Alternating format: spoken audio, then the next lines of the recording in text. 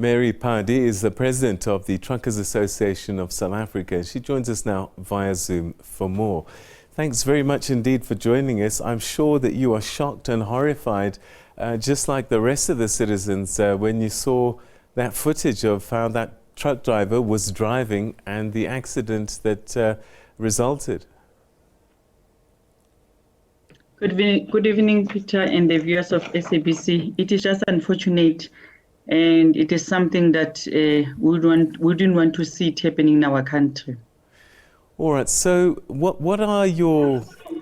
I'm not sure how whether it is that you have control over, or you have guidance, or you have, I don't know, something to make sure that truck drivers are driving properly.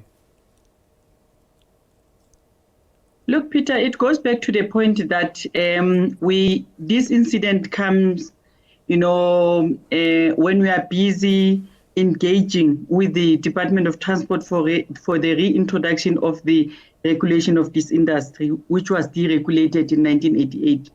And the reason for that is because, we want to make sure that all companies are licensed within the Department of Transport or within the country, so that we can know who's working where and which truck belongs to who.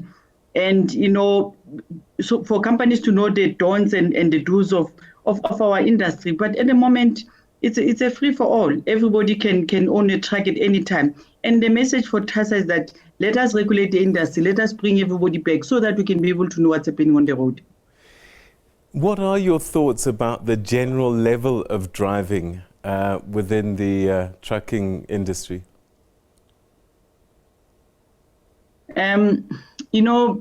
Look, Peter, it depends on the hours of work with the different companies. But what is important is that we need to teach our employers that should you fail to obey by any other rule, your license is going to be terminated. And therefore, the regulation will assist us to put more emphasis, because at the moment, we are not even sure how many hours did the driver work, and where was the driver coming from? Was the driver tired?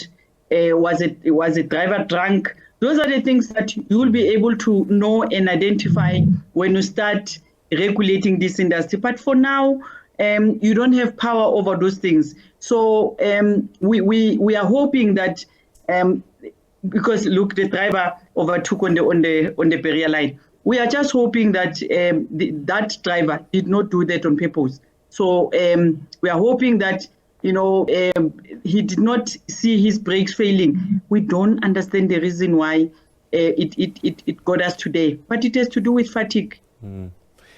But this isn't the only accident. This is the one that people are talking about because of the number of fatalities.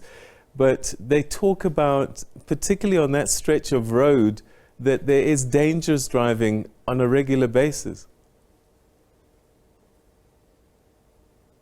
The infrastructure of South Africa cannot carry trucks. There's a huge number of volume of trucks in going down to KZN.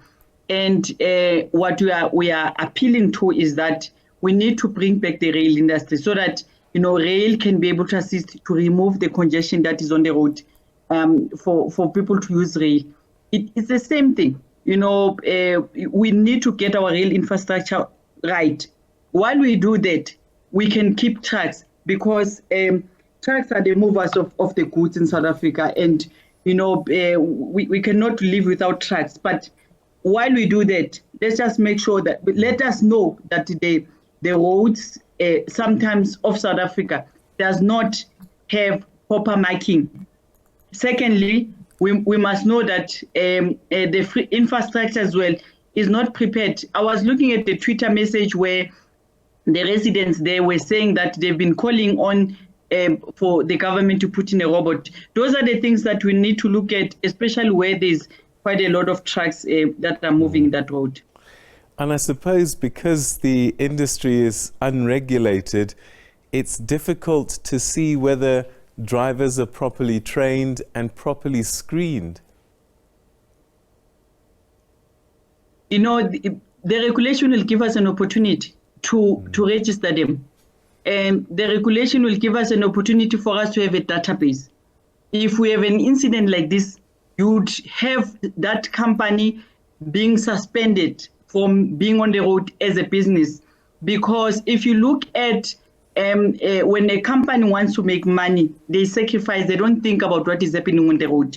And those are the things we should not be fear of talking about them, because it is not right. It is not acceptable. We cannot see a truck killing so many kids.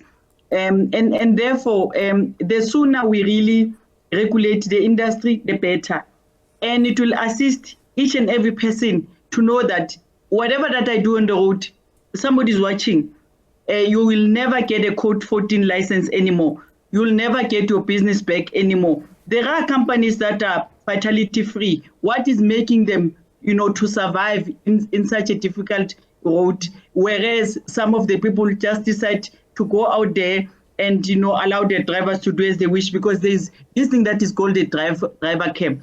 So the control room could have just called that driver to say, you are driving fast. So those are the measures that companies must put in place.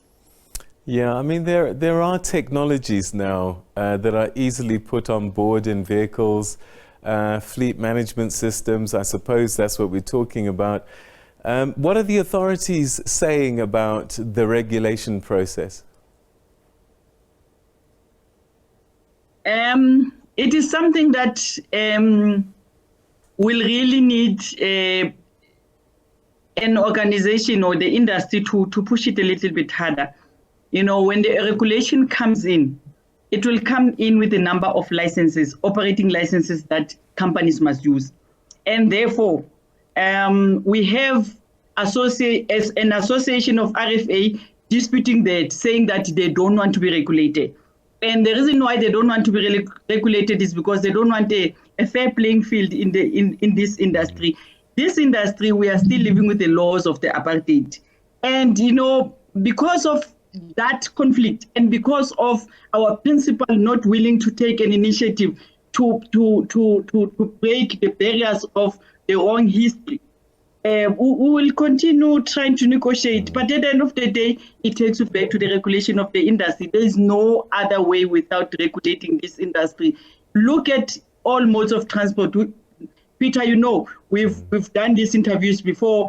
We spoke about the modes of transport. We've engaged, we've given them examples of saying you cannot own a flight now, and start flying. You need to get a license. You cannot go for the maritime and buy a vessel and start, using our ocean. You need to get a license. What is stopping the government not to put in a license for the freight industry? It is because it's still favoring the white monopoly capital, and we are sitting with that situation. And as soon as our principal are saying enough is enough, it's not about that. It's about it's about the industry on its own. It's about the Department of Transport to know who are the people that are running trucks out there. This thing will stop. Oh, Samiri, we're going to have to leave it there. Thank you very, very much indeed for joining us. Thanks for your time.